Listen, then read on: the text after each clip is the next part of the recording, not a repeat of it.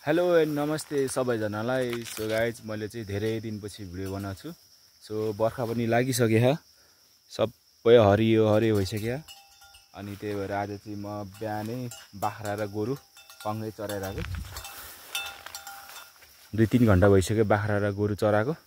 अब एकछिनपछि घर लाने हो अनि घर गएर खानासाना खाएर खेतमा जानुपर्ने हुन्छ। सो गाइज मैले चाहिँ आज बिहानभरि लगाएर यस्तो राम्रो गुदेली, सानो राम्रो गुदेली बनाएको। अस्तिदेखि 3टा गुदेली मेरो हराइसक्यो। त्यही भएर यो चाहिँ अलिक नयाँ लब्बर पनि नयाँ भर्खरको बनाएको।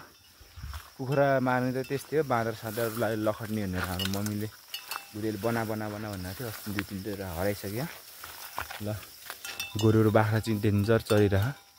अब घर लाने बिस्तारै। ल आजभोलिको मौसम चाहिँ यस्तो हो। कतैतिर चाहिँ घाम लागिरहेछ, कतैतिर पानी पर्ला कि जस्तो भइरहेछ, कतैतिर बादल लागिरहेछ। सो अब गोरु चाहिँ जानला घर लगाएर घर जानला। गोरु चाहिँ घाँस चाहिँ डेन्जरै छ है, हरियो न हरियो छ। गाई र बाख्रा बाँधेको बित्तिकै यस्तो खतरा पानी पर्थ्यो कि म आफै अलिअलि भिजिसकेँ। पुरै पानी भइसक्यो। आजकलको मौसम चाहिँ यस्तै हो, कहिले घाम कहिले पानी। अब खानासाना खाएर खेततिर जाने भनेको। सो धान काट्न चाहिँ नआउने भयो आज।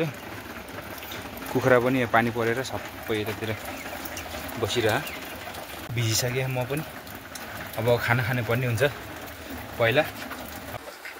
ल है खानामा चाहिँ भात अनि यहाँ तरकारी छ। तरकारी पनि, तिउन पनि, अचार पनि सबै यही हो। यो कालो देखेको चाहिँ यो प्याज फ्राई गरेको अलि डढाइ जस्तो भाउजूले। अनि यो कोत्रो मुगान हुन्छ नि त कालो खालको च्याउ हो, त्यो पनि छ। लगायत बाहिर चाहिँ डेन्जर पानी परिरहेको छ। सो अहिले चाहिँ म खाना खान लाग्यो। यो चाहिँ हाम्रो गाउँको लोकल अर्ग्यानिक। अनि खानामा मेरो छ यो काँक्रो पनि अर्ग्यानिक, यो खुर्सानी पनि अर्ग्यानिक, यो खुर्सानी पनि अचार बनाएको थियो, यो पनि अर्ग्यानिक हो। अनि तरकारीमा चाहिँ यो चिचिन्डा, यो पनि हाम्रै फलेहा। यो त जङ्गली च्याउ हो, यो कालो भन्थ्यो नि अघि, कालो।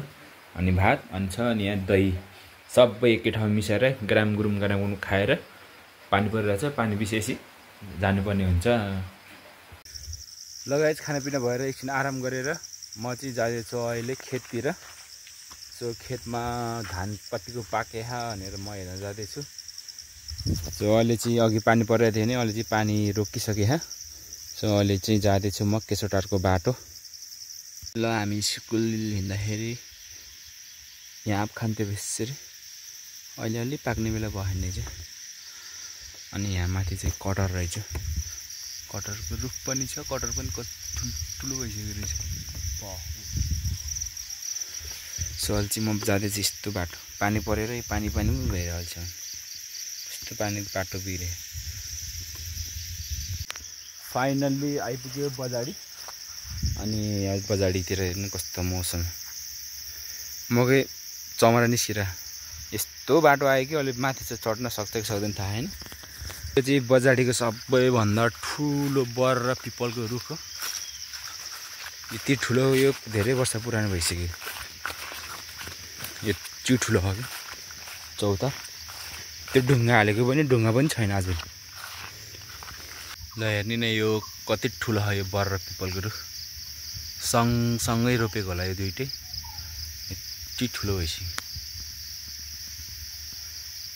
लगायत म चाहिँ आइपुग्यो अहिले खेतमा। तर चाहिँ अहिले म खोला हिँडिरहेको छु। खेत चाहिँ यहाँ नि माथि है धानहरू छ। सो अहिले चाहिँ म यहाँ त्यो माथि यस्तो घारी छ नि त, त्यहाँ एकदम जुगाहरू आउँछ नि त। त्यही भएर मलाई जुगादेखि डर लाग्छ। त्यही भएर यसरी खोला हिँड्यो भने चाहिँ खोलामा चाहिँ जुगा आउँदैन। सो म तपाईँहरूलाई देखाउँछु हाम्रो धान कतिको पाकेहा कतिको काटेहा भनेर। सो आज चाहिँ मैले अलिकति भयो नि धान कि त काट्ने कि त झारेर लिएर जानुपर्ने हुन्थ्यो। तर अहिले टाइम भइसक्यो, दिउँसोको 12 भइसक्यो। अब सायद टाइम पनि छैन धेरै। त्यही भएर हाम्रो मम्मीले चाहिँ बिहानै आएर धान काटेर मुठा पनि बानेर मेला गइसक्नु भएको रहेछ। सो आज चाहिँ यो सबै मैले झारेर बोकेर जानुपर्ने हुन्छ। सो मैले कराती पनि लिएर आएको थिएँ नि त धान काट्ने भनेर। तर यो काटिएको धान सबै झारेर म घर लिएर जान्छु उठाएर।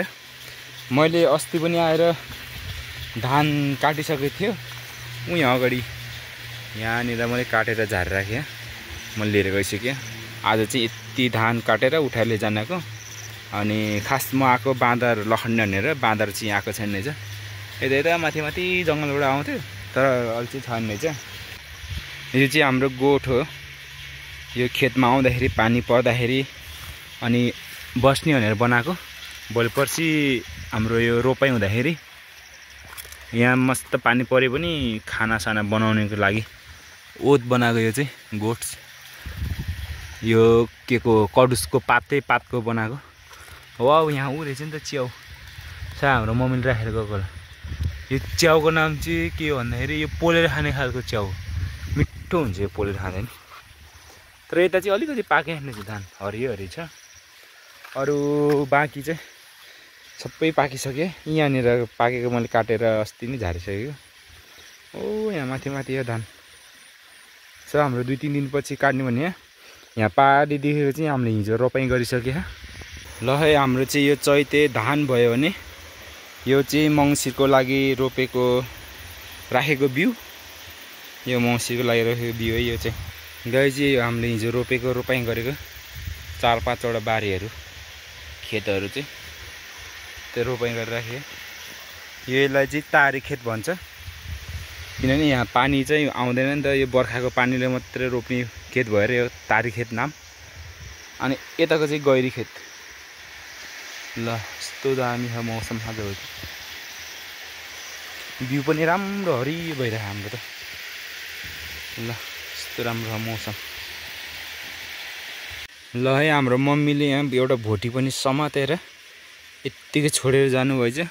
पुरै कमिले छ होइन, अबि कमिला सानो रहेछ यो भोटी माछा। हाम्रो खेतमा माछा पाइन्छ नि त, भोटी माछाहरू छ। भोलिपछि रोपाइ हुँदाखेरि कस्तो पाउँथ्यो होला माछा। मैले सबै काटेर राखेको धान यहाँ ल्याएर थुपारिसकेँ। ल धान चाहिँ मैले पुरै झारेर भइसक्यो भने अहिले 1 बोरा र आधा चाहिँ यहाँ लुकाएर राखेको छु। अनि बाँकी यो चाहिँ लिएर जाने हुन्छ बोकेर माथि चौतारसम्म। अनि त्यहाँबाट फेरि स्कुटरमा हालेर बोकेर जाने हो। सो 1 बोरा र आधा 1.5 घन्टामै भ्याउँदो रहेछ। मैले चाहिँ धानसान झारेर 2 बजे भ्याइसकेको छ। ठ्याक्कै खाजा खाने टाइम भएर चाहिँ मैले चाहिँ खाजासाजा केही पनि लिएको थिएन। यसो माथि हेरेको त यहाँनिर भुजा रहेछ होइन, भुजा भेट्यो होइन, भुजा मात्रै रहेछ। हिजो पनि आएको थियो नि त, मम्मीले राखेको रहेछ। म चाहिँ भुजा मात्रै भयो भने अलिकति खाना खानको खाजा। सो यहाँ पानी पनि रहेछ। अब पानी सानी खाएर जाने हो माथि धान बोकेर। सो पानी परेर बाटो यस्तो चिप्लियो कि म आफै आउनलाई गाह्रो भइसक्यो। मैले धान चाहिँ तल त्यो चौतारमा राखेँ। अब अहिले लिन जान लाग्यो। अलि म आँपको रुखमा क्या बब्बाल पाकेको आँप रहेछ। भर्खर मैले ढुङ्गाले हानेर झराइदिएको। म धान सान काटेर आएर पनि घरमा आएर बाख्रा र गोरु फेरि पनि चराइरहेको छ सँगै। अहिले चाहिँ रातिको 7:30 हुन लागिसक्यो। 7:30 हुन लागिसक्यो। अहिलेसम्म यस्तो सबै उज्यालो देखिरहेको छ।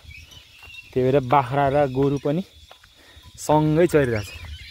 कस्तो राम्रोसँग चरिरहेको हेर्नु। 7:30 भइसक्यो। अहिलेसम्म कस्तो उज्यालो है, छ कि छैन? होइन केसोटा स्कुल पनि क्या दामी देखिरहेछ। केसोटा स्कुल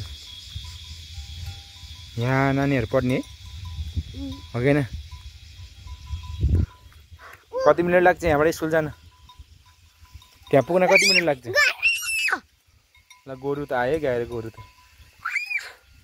हान्छ है। अब